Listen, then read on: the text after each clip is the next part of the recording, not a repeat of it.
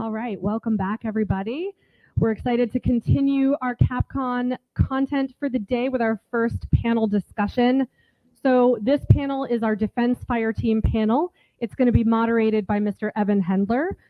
Evan, in addition to being one of our HillVets lead protégés for Cohort 6, is currently serving as the Defense Fellow for Congressman Whitman of the Virginia 1st District. And he is a University of Michigan alum and commissioned in the Navy through the Nuclear Officer Propulsion Candidate Program as a submarine officer. So Evan is going to lead the discussion, and I hope you all enjoy and participate. Thanks so much. Hey, thank you so much, Betty. I appreciate that, and hoping for a national championship this year. I don't want to jinx it, but so as she mentioned, my name is Evan Hendler, and I'm here with Beth Conlin, who's a Senior Program Manager for Military Spouse Programs, Tom Cosentino, who's the Chief Operating Officer for Business Executives for National Security, and Mike Arnold, who's the Deputy Director for U.S. Army Talent Management Task Force. So a little bit about the panel that we have today. We're looking at the past 20 years of the U.S. military and the people who support the U.S. military, the service member, and then looking at where we've come since then and where we're going now with an angle on talent management.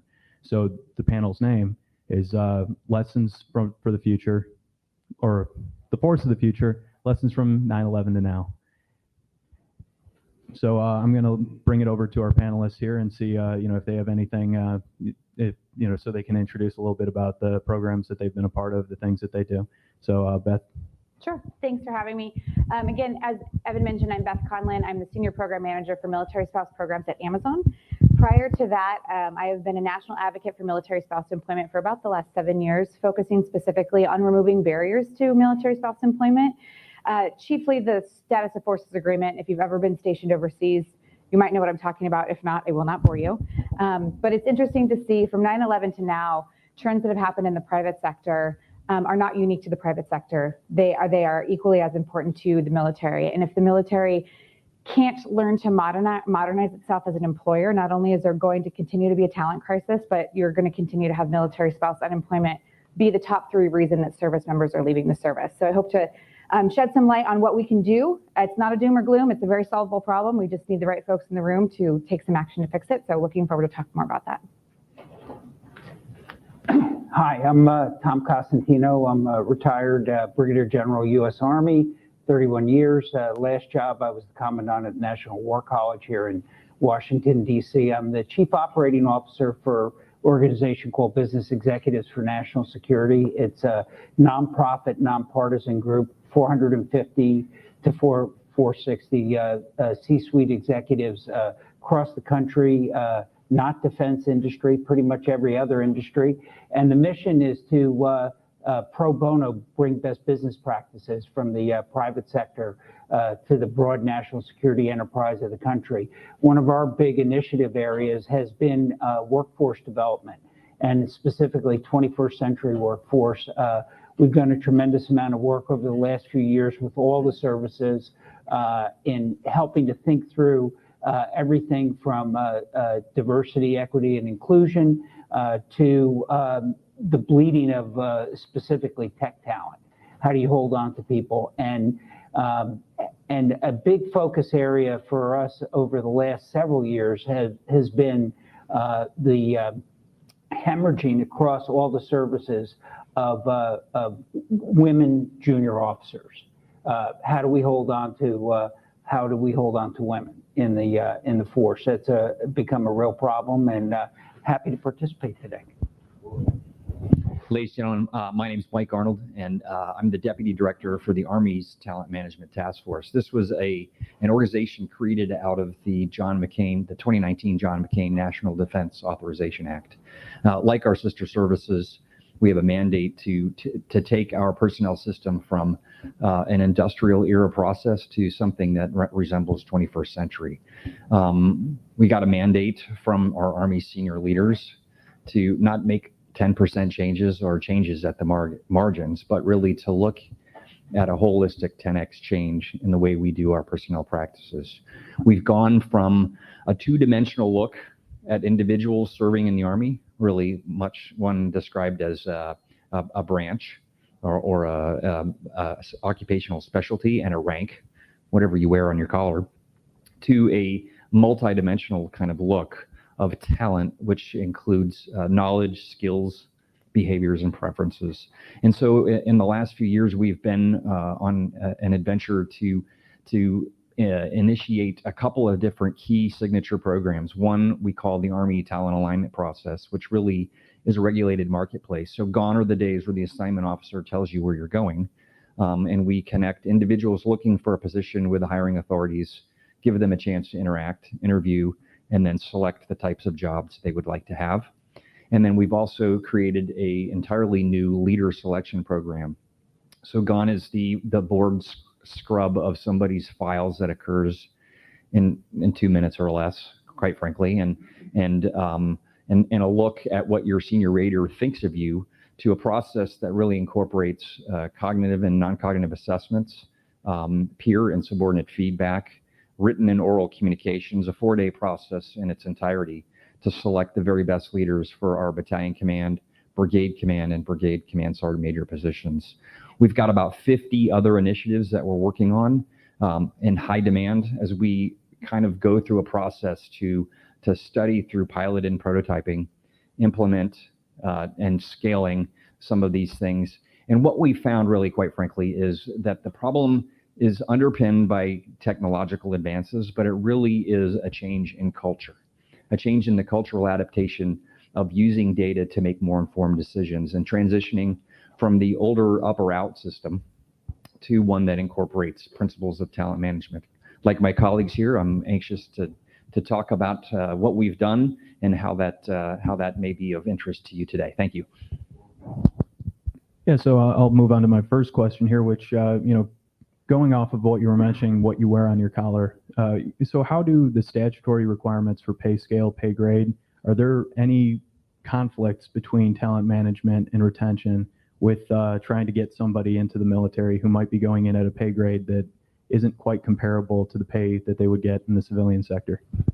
Yeah, it's a great question. So as we think of the problem, the primary way in which we bring people into the military is at a junior level, whether you're enlisted or an officer, and we grow our own. And so quite different from industry where you can come in laterally. Typically, we see through development at officers attending university and then competing to become an officer, and then assigning them as a branch and then taking them on their pathway. We also have some authorities to direct commission now. So I think to address some of your question, I think historically we will most likely retain that kind of growing from within type framework. But when we talk about specific skill sets, I think tech is one that we brought up here, but there are others. There is now authorities for us to direct commission people in up to 06. So depending upon what your skill set is, we now have authorities from Congress. We've built a lot of our cyber branch, some of our functional experts through this process, but it doesn't belong to just the cyber branch. And so now, like our sister service, each military department has the opportunity to bring in somebody depending on how it plays out in terms of their experience. Now, the one question that really we're still working on is, what if it's an entirely new career field? And so we like to say, well, if you have X number of years of experience, that equates to you being a captain or a major or something along those lines. Nanotechnology, something new. That's the first one I just pulled out of the air, but it may not have been around for enough time for you to get the constructive credit to come in at a commensurate level. So we're toying with the idea of figuring out how to do constructive credit completely different. And it really is, if you think about the traditional career fields in infantry or artillery, combat arms branches, those again, I think will historically be through growing our own, giving leadership opportunities. But for some career fields, it does behoove us to think of ways to bring people in and pay them appropriately and to compete with industry. I was out in Silicon Valley at one point listening to a tech company, and I remember the senior vice president for HR, she goes, "We know we're in a war for talent." And to keep good people in this business, I've got to compete with other businesses. And I think we have now realized that in the military and specifically in the Army, we are in a war for talent. And if we want to keep the talent, we've got to keep certain reasons for somebody to want to stay. Some of those are monetary, and some of those are very much different ideas. But this is one example of how we can pay people appropriately based on their skill set.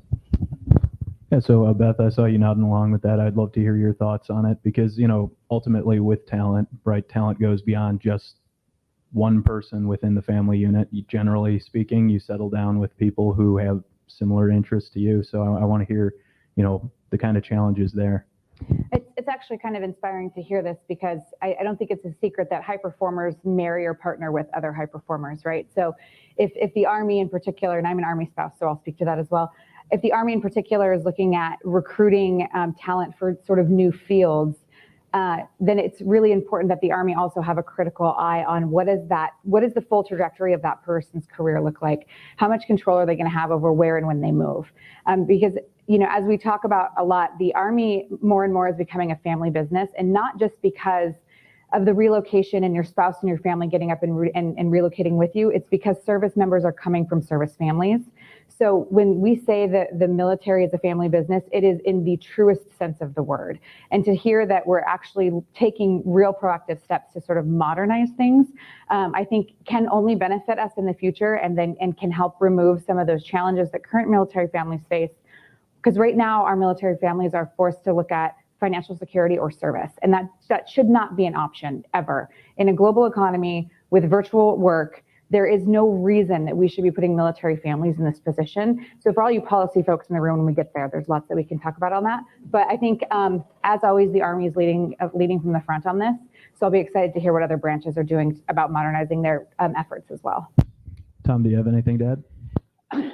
Well, one thing I would say is that, and really it's a credit to many of the people in this room, the organizations they represent, were somewhat a victim of the success of the efforts of the last 20 years. We wanted to make sure that we could transition veterans and that veterans are sought by business. Now, representing leaders of 450 businesses, I can tell you that the veteran is one of the most desired employees that you can get for a whole, the ability to deal with stress, the adaptability, training, open aperture to learning new things. All the skills that the 21st century soldier or service person has to have is what business wants. So we have a challenge because, as you say, those businesses are in a war for talent, and we've asked them, open your arms to veterans. And now I think it's very important for Defense Department, all the services, to think about their people while in service and how do you treat them as a whole person. It's a whole person development. And the things that bring them in, it's a combination of patriotism, personal development, trying to strive to meet challenges. You have to keep all of those aspects of why you put on a uniform forefront in their careers. If their careers become a mirror image of the private sector and they lose the character of being a service person, then it's a lot easier to jump and go to the private sector. What we want to set a whole ecosystem where people who want to serve can stay as long as they can and meet their full personal development and have options to come in and out easily into service. And then those who are ready to transition out are welcome and have a good landing in the private sector. That's in the interest of all the services and our ability to recruit, develop, and retain. So going back to what Mike was talking about, when we were looking at relative pay grades, I think one of the things that I kind of want to ask and expound on though is with cyber and with technical skills like that, typically when we look at, the Navy as an example for their structure, the SMEs are generally the, E9 and below, and then the officers are effectively program managers. So what happens when we have an SME type of thing, like say computer programming, that might pay you $200,000 a year out in the civilian sector, and in the United States military structure, that would be an SME kind of job. So we bring these programmers in, and then we take them in as program managers, and then tell them hands off the code. Am I off on that? The only comment I'd make, I think, in terms of some freeing of policies that the 2019 NDAA gave us, in addition to this direct commission piece I spoke to earlier, is, and we borrowed this from the Navy, interestingly enough. The Navy calls it a spot promotion. We call it a brevet promotion. I'm sorry, yeah. Come on. And so you can now, in our market cycle, there are critical jobs with critical skill sets that will allow you to advertise a job in a brevet way, which means if somebody of a more junior grade has the appropriate skills, those talents, those knowledge, skills, and behaviors, they can compete for that job. And once they get selected for that job, if they do, and as long as they're in that job, they can be brevet promoted to the next rank with pay. It's not a frocking. And as long as they stay in that position, they will have that pay. So there are a number of ways that we're addressing. Now, are we ever going to pay somebody with tech talent to the degree somebody in his industry might be paid? No, but if somebody's also interested beyond monetary compensation to do real world problems, to address issues of national security, to get their hands dirty in things of national security and of military interest, then I think we have exciting opportunities to help elevate that compensation, at least monetarily, by putting the position in one of these brevet promotion type categories. Now, these all have been delegated to us from Congress. It's up to the service secretary. So each service has the ability to do this. I think in the career fields you're familiar with in the Navy, the Navy's done it for a number of years, and I think to some degree of success. And so, in the Army, we kind of looked at the program. We worked with our counterparts over in the Navy, and kind of developed something with more of an Army culture. Of course, we couldn't call it a spot promotion. We had to call it something different. And it really does mirror some of the things you saw with our battlefield warriors from World War II. Some of those positions. And I was just on a battlefield tour of Fredericksburg in the Civil War. A lot of those general officers were brevet promoted. And so those are, again, different contexts, different era, but the philosophy is the same thing, to kind of give the individual that is interested in using the talents in a position of a greater authority, the ability to compensate them monetarily. The one thing I would say is money is obviously a factor. Everybody's interested in taking care of their families and doing right by their families. And we actually have a long history in the services of youth. Address that issue. Part of it is a culture of flattening your organization. You look at our special operations forces and you look at the enlisted and warrants in those areas and their ability to interact directly with general officers, to be part of decision making, to bring their talent in their particular area to bear and to have a seat at the table. That I think is important. It's not. It's as much about how the service person is empowered to make a difference as adequately compensating them. It has to be both. You have to attack the cultural piece of this and the financial piece together. And I think successful companies do that too. Successful companies, you'll find, especially in the tech world, that a tech person who may not have management or sales or CFO type responsibilities, but could talk right to the CEO of the company on a critical issue. That's something that has to be captured to I think for this generation especially, that is our future leaders. Well, so it sounds like it's about striking the right balance of maintaining the military traditions and cultures, and then also moving towards a more business-like structure. You were mentioning earlier about how we want to make sure that, we retain the talent. So if we kind of say we were to do away with uniforms, right, then people stop feeling like they're a part of the military. They stop feeling like they're part of an institution, and then may slide over into the civilian sector. But it's about adopting some of those things that work in the civilian sector and augmenting them to the military. I think the empowerment piece is important.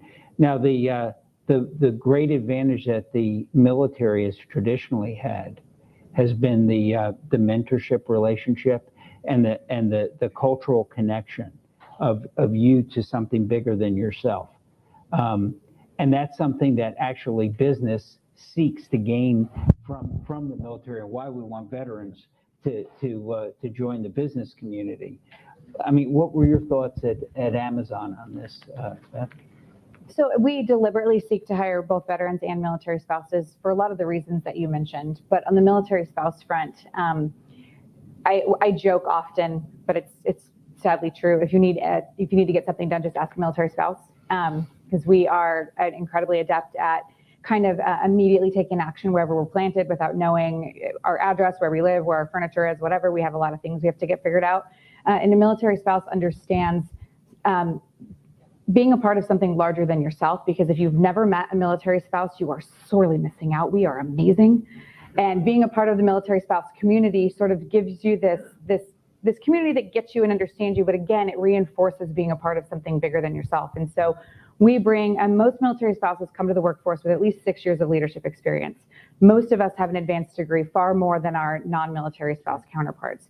So we bring a level of education and leadership to day one across a broad spectrum of industries that can bring a lot of new perspective to the current role. And so we seek military spouses for their diversity in skills, education, and demographics. We seek veterans for, again, their sense of service and their ability to create a community. And one thing I think that's important to mention about service members, and I know I'm preaching to the choir, but the amount of awesome responsibility that a young service person gets, you don't get that in the private sector immediately. When you come in as a junior person in the private sector, you're a junior person in the private sector. When you come in as a junior person in the military, you are like, I only know infantry things. So like you are running platoons and squads, and you are running entire like mechanic shops, and you are dealing with weapons in people's lives at like 20.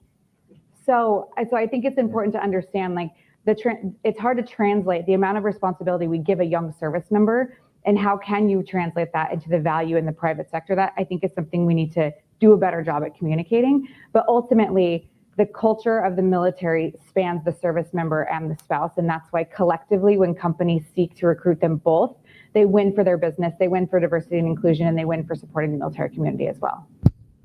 So Beth, earlier, before we run out of time on this, you mentioned policy things that you were interested in.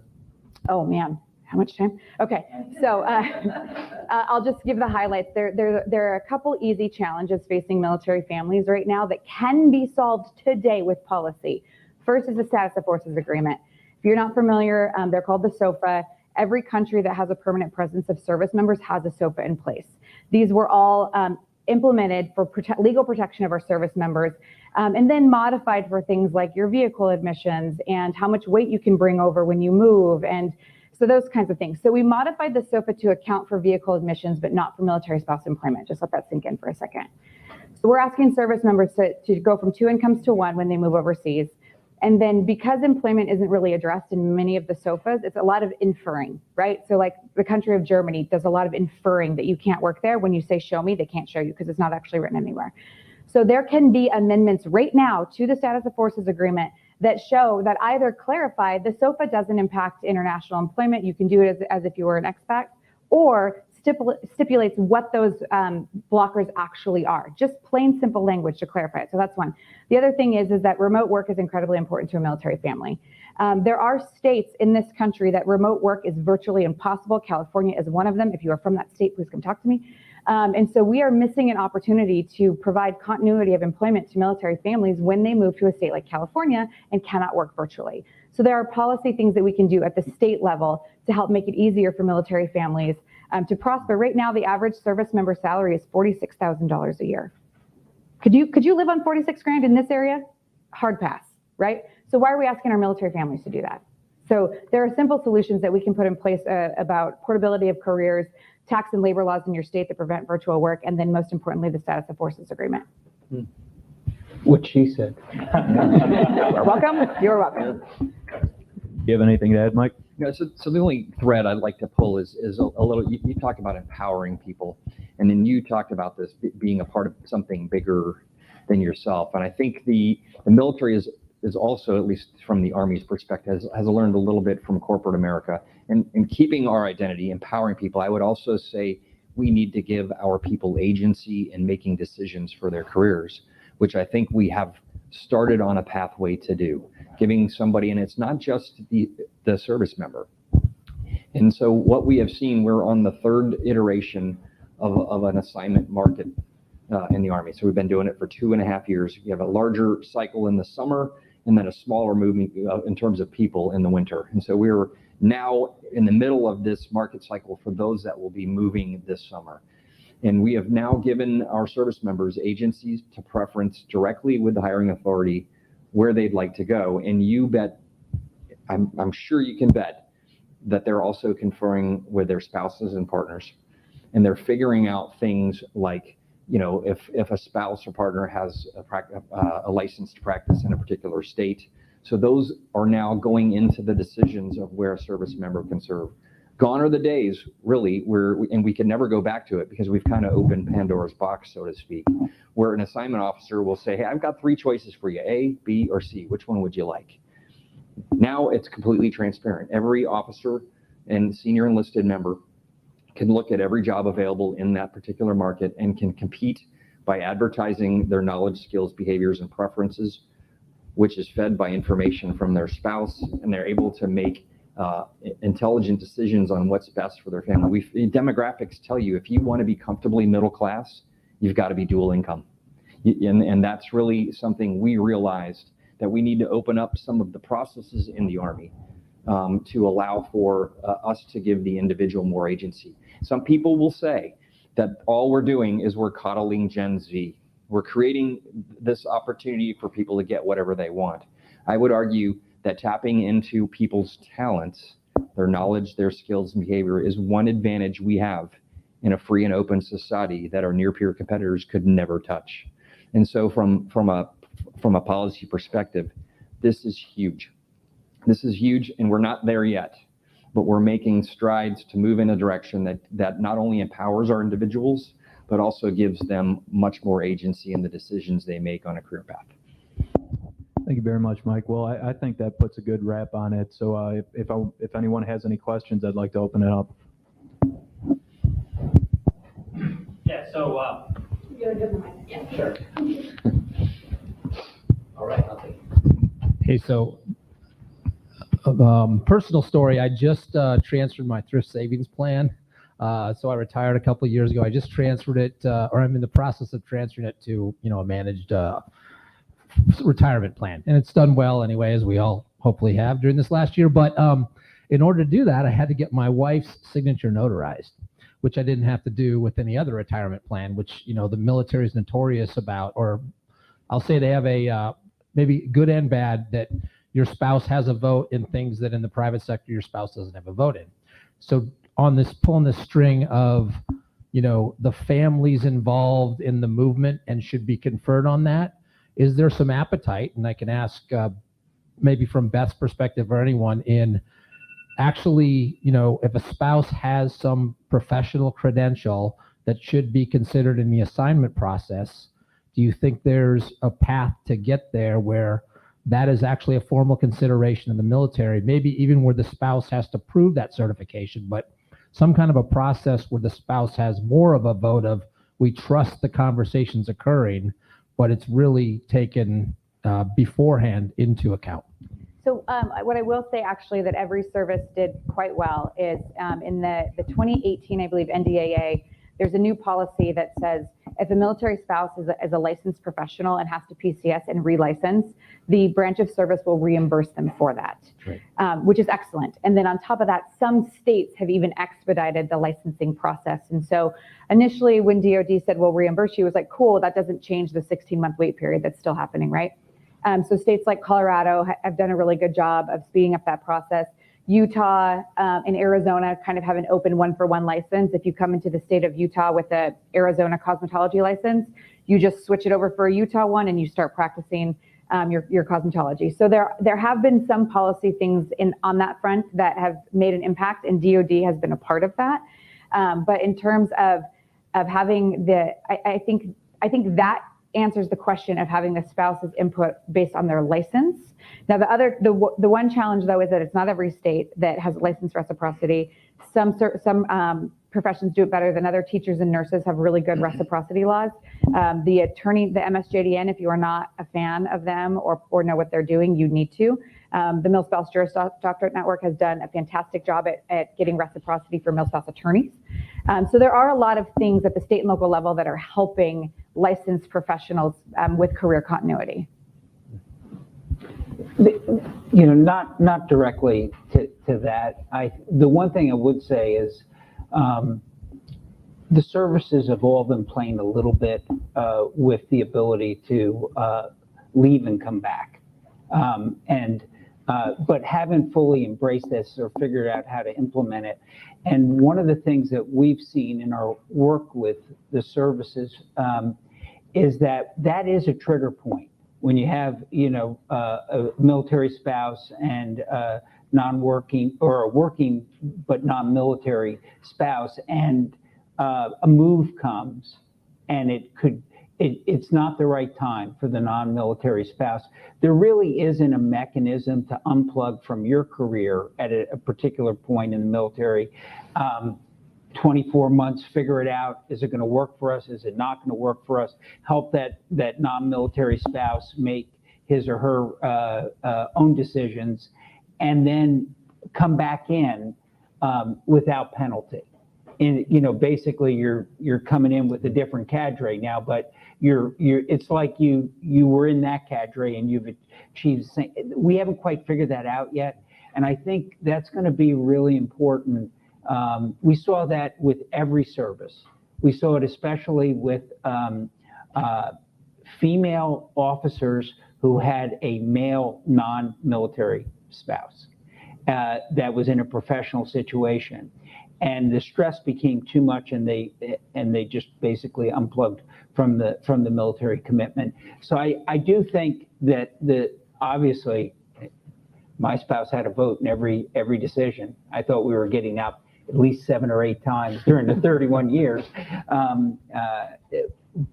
But I do think if there was at least the ability to do that once in your career, I think it would help us a lot with retention. And those are 2 great answers. The only thing I would quickly add is that we're piloting the career intermission program. Right. And that is exactly what you just described. Interestingly enough, the Army is. Well, the Army, the Navy, and the Air Force, I can tell you those 3. I'm not quite sure about the Marine Corps. And when you look at the people who are taking up the opportunity to do that, I think it's, don't quote me, but I think it's like you retain 2/30 of your pay and your medical benefits.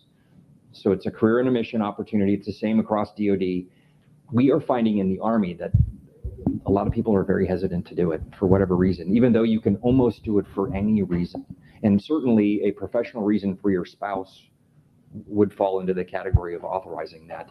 We're going to continue to do it, and we'll monitor it. I think compared to the Air Force and the Navy, they're seeing a little bit more higher take rates than we are in the Army, but it is what you're talking about, something that we're piloting. We've got the authority to do that. Thanks. I'll move to the next question.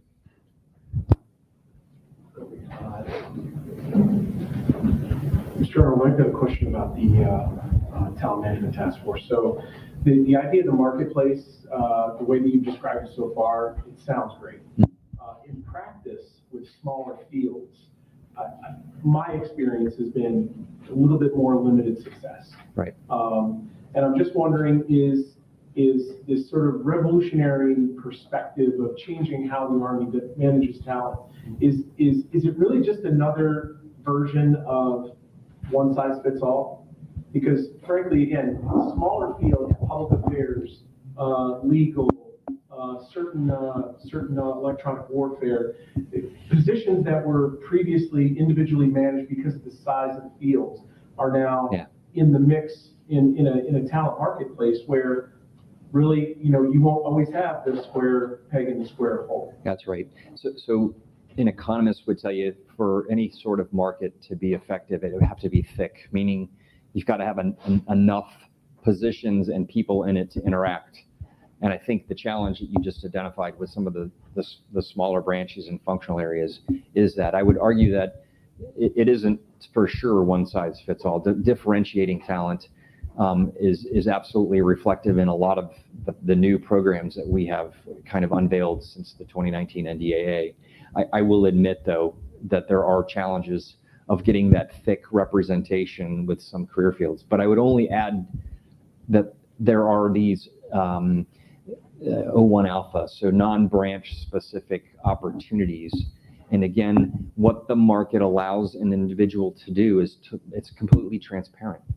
So you can't hide, no longer is this black market of, I call it that's my words, this black market of by name requests from senior leaders. That's really, in theory, a way that you could get somebody you knew into a position going outside the practice of an assignment, an official assignment. So those days are gone because everything is transparent.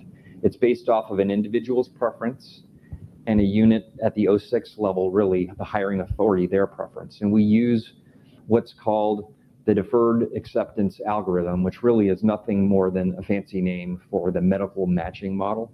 If you've ever seen how medical schools recruit their medical professionals, it is that model of matching preferences from the individual to the organization.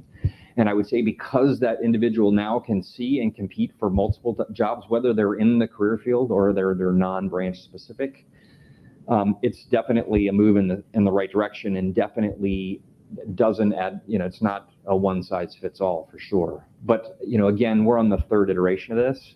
And the other thing I would tell you is as we implement this 10x change, we're not doing these initiatives expecting perfection at the first iteration. We're kind of using an agile kind of philosophy, and we're iterating and learning from them. So every time we do these things, we're getting better, and we're learning some of the hiccups and tricks that occur. COVID threw us for an incredible loop because there was a stop move. So how do you run a marketplace when the Army tells you, or really all of DoD, you cannot move during COVID? So we've weathered some of those things. We're going to continue to learn, and I would just end by saying you've got a valid point, and we'll continue to work it. Yes. There you go. Hi, thank you. My name is Lindsay Rowland. I just wanted to ask Sam a question. You kind of touched on it a little bit earlier, but how would improving sexual assault in the military help your job? My job? Mm-hmm. It's a loaded question. So as not being a service member and not having any experience with MSTs, I can't speak to a lot of personal benefits or implications that would come from that. But I would say overall, generally speaking, anytime you have a problem that affects predominantly females, it's incredibly important in the way that you address it, empower solutions to it, and provide continuity of care. I also think that I realize this isn't unique to females, but anytime there's a violation of your personal self and you feel that you can't say anything for whatever reason, all that is doing is harming the institution writ large. So the fact that this is a conversation that we have to have around MST tells me that it's still a problem that has yet to be addressed or solved.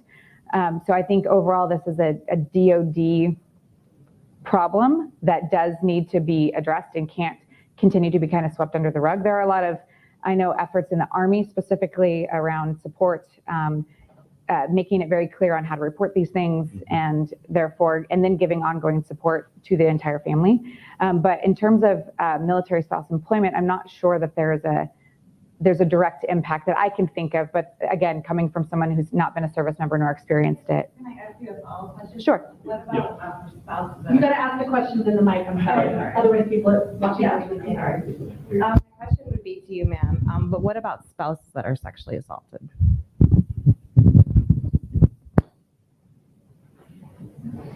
I think regardless of your employment status or your desire to have gainful employment, anytime you're dealing with something that is that personally disruptive, there has to be full wraparound support and full wraparound care. And I think what I will say, very personal perspective from Amazon, we are a company that is incredibly intentional in the way that we are inclusive, whether that is recognizing diverse groups or providing very open access to mental health resources or care, or even encouraging days off for mental health. I think the private sector at large can learn a lot from being intentionally inclusive and caring for all of our employees, regardless of what it is they look like, and taking into account what it is that they're going through. I think could create a more empathetic workforce. And empathetic leaders make the best kind of leaders. And so the more we can produce those types of folks, I think the more we can learn to address this problem. Yep. Got a question back here from Jack. You know what, I'll take Tom's mic. Yeah, that would make a lot more sense. It's like, this is going to go bad real fast. And I'll talk from behind you because that's always comfortable. Yeah, just a quick thing. Beth already spoke, 3 good things to policy.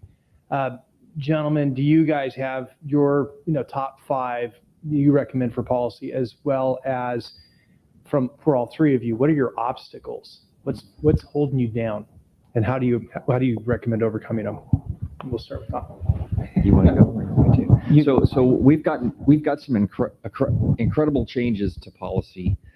The one that I think would resonate in the discussion we've had today is this thought of permeability, and not just permeability between the active forces, the reserve forces, and our National Guard, but permeability between those in the civilian sector. And so, we piloted this career intermission program, but that's kind of like a sabbatical. And what I really think would be effective in terms of harnessing talent and retaining talent is, this notion that I learned in Silicon Valley when I was out there of boomeranging between different companies, and intentionally leaving one company to go work for another company for a period of time and then returning. And so if you think about it in that context, some policies that would loosen up the very hard and fast time, promotions in a career is a very time-driven event. So at a certain number of days or years, you're going to be afforded the opportunity to compete for promotion, and you're going to try to fit these numbers of particular jobs into a 20 or 25-year career span. And so if we could loosen up a little bit of the time constraint associated with a typical military career and allow for some of this permeability, say somebody has talents that would really, they're an active duty soldier, and somebody in a particular state in a National Guard unit would need those talents, and we have a marketplace that can expand beyond just active duty assignments.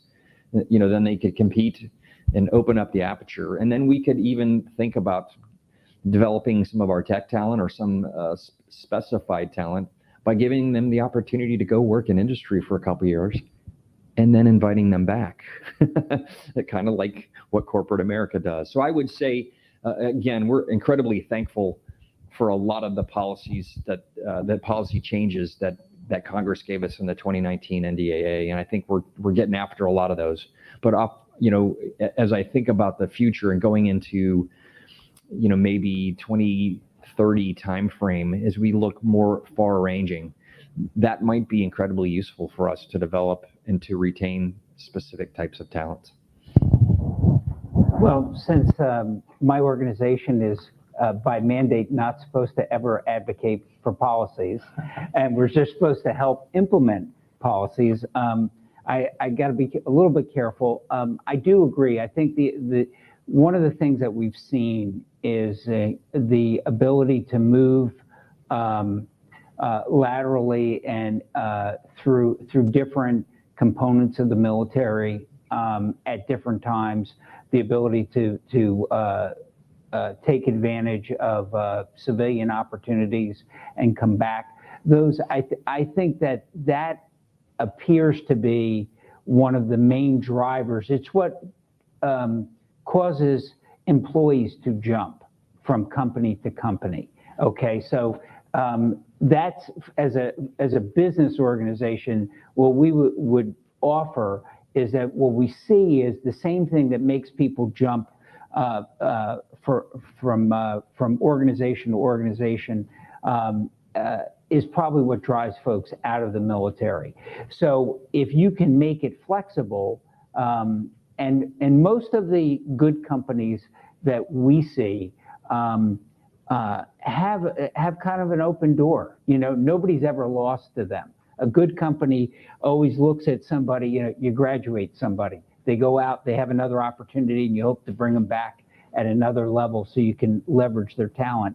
And I think if the more that we can do that inside the military while retaining the culture, you know, the Army had a great program, and I guess I assume you still have it, Soldier for Life. Right. Okay.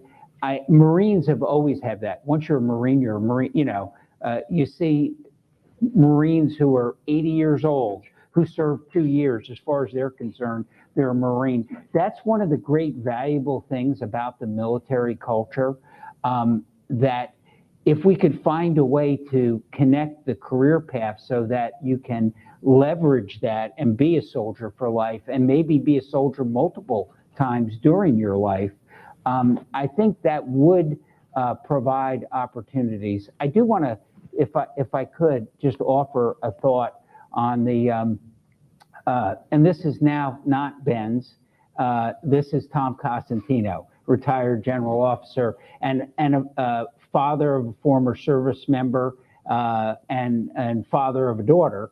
And I think one of the things that's most important, reference the issue of sexual assault, is trust. We have to be, as a military, we have to be a trust-based organization.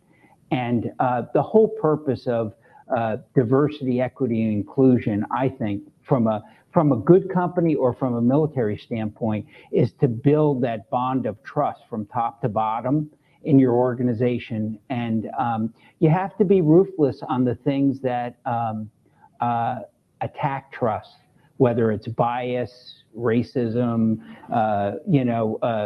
sexual assault, any of that, or even the unwillingness to listen to somebody's problem. We have a suicide problem in the military. Whatever attacks trust is a problem, and that's what we should be focused on fixing. So I think good companies, you see trust is up and down throughout the company. I think a good military organization is the same way. That's a personal opinion, but I think my organization would say the same thing. And to your original question, I think the biggest obstacle truly facing military spouse unemployment and why we can't fix it, a couple of data points for you. Military spouse unemployment has been at over 25% for a decade. If that happened to any other population, it would be a crisis, but we let it happen. COVID spiked that up to 40%. And the number one barrier to making real change is, to the point of the title of this panel, is generational change. We have leaders, whether they are the flag officers or the SESs at the top, that grew up in a time when their spouse didn't need to work. And no matter how important they say it is, they don't understand. They never lived it. They never needed to. And so until we have a shift in our generational leadership, this will continue to be an obstacle. Absolutely. Thank you very much. And Question from online. if we have a question from online. Oh, we have time for one more? Yep. All right. Okay, so Paloma says, it seems that the reserves and National Guard are already positioned to allow for flexibility in civilian and military job status. Are the reserves being considered as a potential experimental population for retaining talent in such a progressive way?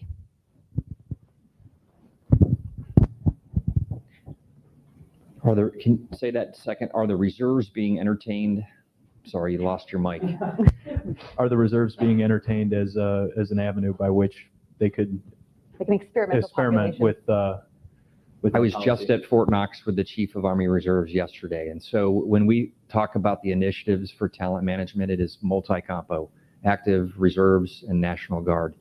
To some degree, we started with the active component, admittedly. You have to start somewhere. So we started on the officer side of the active component. We've expanded into the non-commissioned officer side, and now we have expanded into our reserves and our National Guard units. One of the tech pieces that will come into play it is already fully functional with our 54 Guard state and territories, is the integrated personnel and pay system for the Army. That will wrap all of our personnel and pay system for the active, the Guard, and the reserve into one system. In terms of couching it in terms of experiment, I would rather say we're piloting. We're not experimenting, but we are. In one specific example is there are some specific reserve battalion commands that are typically harder to fill based on where they're located and where the geography of those capable of serving in those positions. And so we're going to open them up to the active component. And then conversely, at some point in the near future, we're going to open up a few active component battalions to reserve officers. And so this is getting after that permeability piece. We still haven't quite bridged the gap into a corporate opportunity for that, but I do believe we're working very hard on all three components of the United States Army. Hope that answers the question. I want to give the other panelists a chance at that if they have anything. I got nothing. All right. Well, with that, I just want to thank our panelists for their time. Beth, Tom, Mike, thank you for coming. It's been a great conversation and really appreciate it. I learned a lot myself. So thank you very much. Thank you.